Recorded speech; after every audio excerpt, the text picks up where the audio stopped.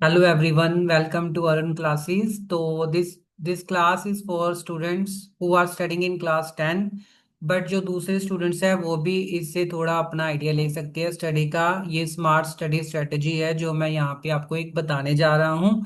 ये जस्ट एक मेरा आइडिया है कि अगर आप रफली इसको फॉलो करोगे तो शायद आपके जो सब्जेक्ट है वो आप इम्प्रूव कर सको।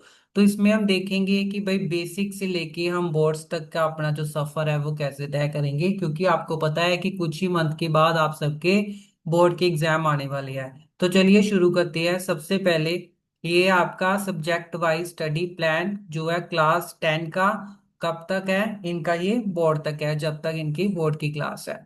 ठीक है जी, तो आप देखते हैं। सबसे पहले सब्जेक्ट है साइंस का। साइंस में आप क्या कीजिए, अभी अगस्त का मंथ स्टार्ट होने वाला है, ठीक है, अभी एक हफ्ते तक अगस्त आने वाला है। तो तब तक आप क्या करिए, अभी अगस्त और सितंबर में जल्दी से अपना फिजिक्स, केमिस्ट्री और बायोलॉजी, इनके जो चैप्टर है एनसीईआरटी से, उसको कंप्लीट करने की कोशिश करो 2 मंथ में, यानी कि 60 डेज में आप इनको कंप्लीट कर लो।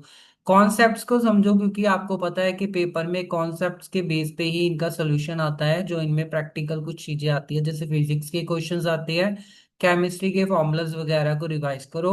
अक्टूबर में आप इनके सैंपल पेपर आ जाते हैं, उनको सॉल्व करना शुरू करो और डायग्राम्स के ऊपर थोड़ा वर्क करना शुरू कर दो।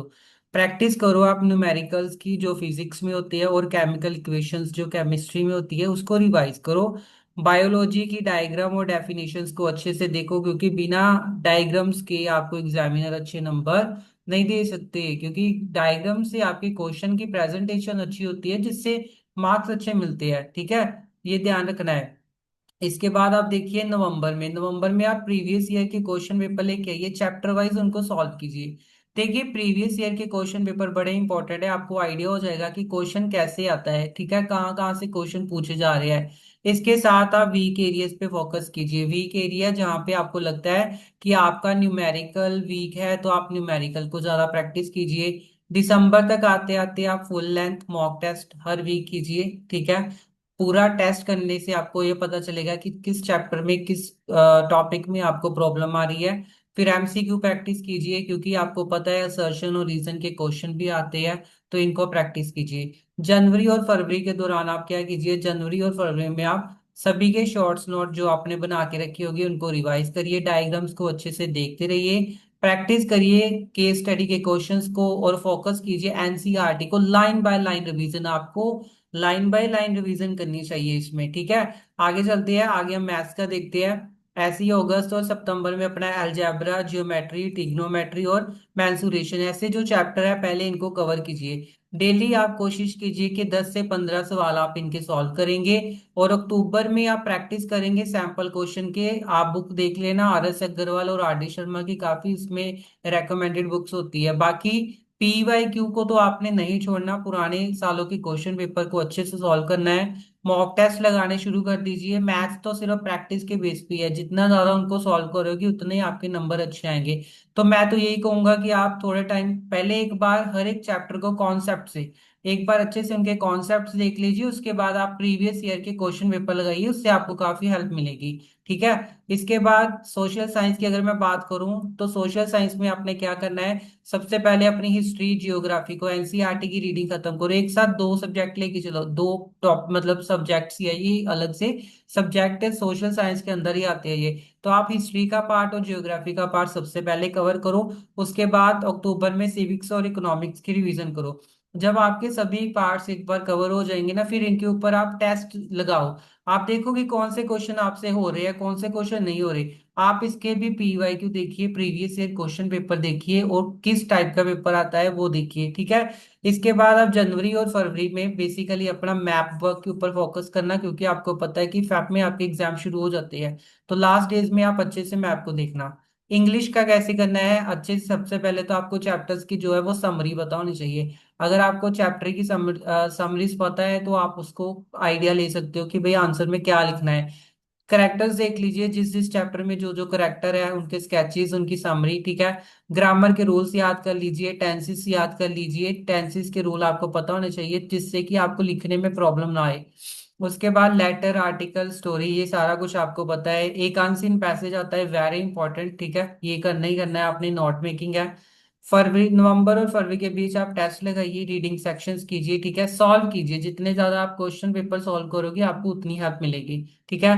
हिंदी और पंजाबी में आप देखिए, आपकी जो भी टेक्स्ट बुक आपको लगी हुई है अकॉर्डिंग टू योर स्कूल और योर बोर्ड, उसके अकॉर्डिंग आप उसकी ग्रामर को साथ में लेके चलिए, ठीक है। इसमें तो बस आप चैप्टर को एक बार रीड कर लो, उसके बाद क्वेश्चन अपने आप बन जाता है। अगर आपको, आपका जो भी हिंदी पंजाबी सब्जेक्ट है, अगर आपको अच्छे से लिखना आता है, आपको पढ़ना आता है, तो आप बना सकते हो। इसमें इतना ज्यादा घबराने की बात नहीं होती। हिंदी तो कोई भी, पंजाबी कोई भी कर सकता है, बस आपको लिखने में थोड़ा ध्यान रखना है कि कहीं पे आप मात्रा ना कोई गलत डाल दो, ठीक है।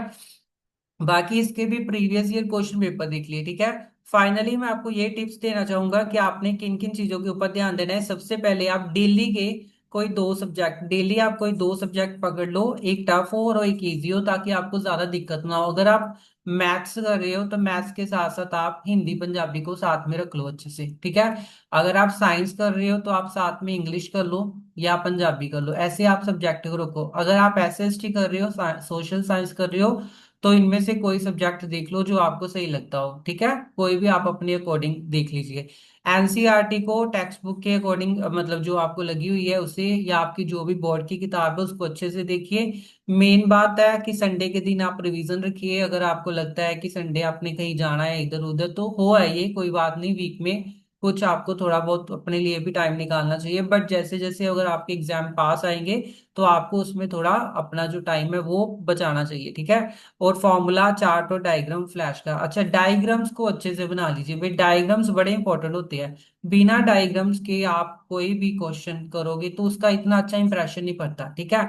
आप डायग्राम बना के रखिए, आप चार्ट्स बना के रखिए शॉर्ट में। जैसे मान लो, एक छोटी सी एग्जांपल देता हूँ, बाकी मैं नेक्स्ट लेक्चर्स में आपको बताऊंगा कि कोई भी क्वेश्चन हो जिसकी डायग्राम होती है उसको हम कैसे कवर करते हैं। जैसे मान लो आपने किसी टॉपिक के टाइप्स लिखने हो, तो आप टाइप्स तो लिखते हो, आप उसको एक प्रेजेंटेबल मैनर में लिखो ऐसे कि इसका ये टाइप वन है, ये टाइप टू है, ये टाइप थ्री है, इसके आगे इसके सब पार्ट्स जो भी होते हैं, काइंड्स या कुछ भी आप जो बताओ, ऐसे कुछ भी आप डायग्राम बनाओ, तो देखिए कितना प्रेजेंटेशन में अच्छा लगता है ये बनाया हुआ, ठीक है। और अपनी प्रोग्रेस को वीकली, हमेशा हर वीक देखते जाइए कि आपकी प्रोग्रेस कैसी हो रही है, ठीक है। तो इस वीडियो में मैं बस इतना ही आपको एक ओवरऑल बताया है कि कौन कौन से सब्जेक्ट को आप कितने दिन या कौन कौन से महीने में कवर कर सकते हो। अगर आप चाहो तो आगे पीछे कर सकते हो अपने अकॉर्डिंग अपने सब्जेक्ट्स को। मैंने सिर्फ आपको एक जस्ट आइडिया दिया है कि अगर आपको लगे कि मैं कहाँ से शुरू करूँ, ऐसा कोई आइडिया नहीं, तो आप ये देख लो। बाकी हर एक सब्जेक्ट की जो स्ट्रेटेजी है, अगर वो पॉसिबल हुआ तो मैं जरूर बनाऊंगा, ठीक है। तो तब तक आप सीखते रहिए और आगे बढ़ते रहिए। Thank you.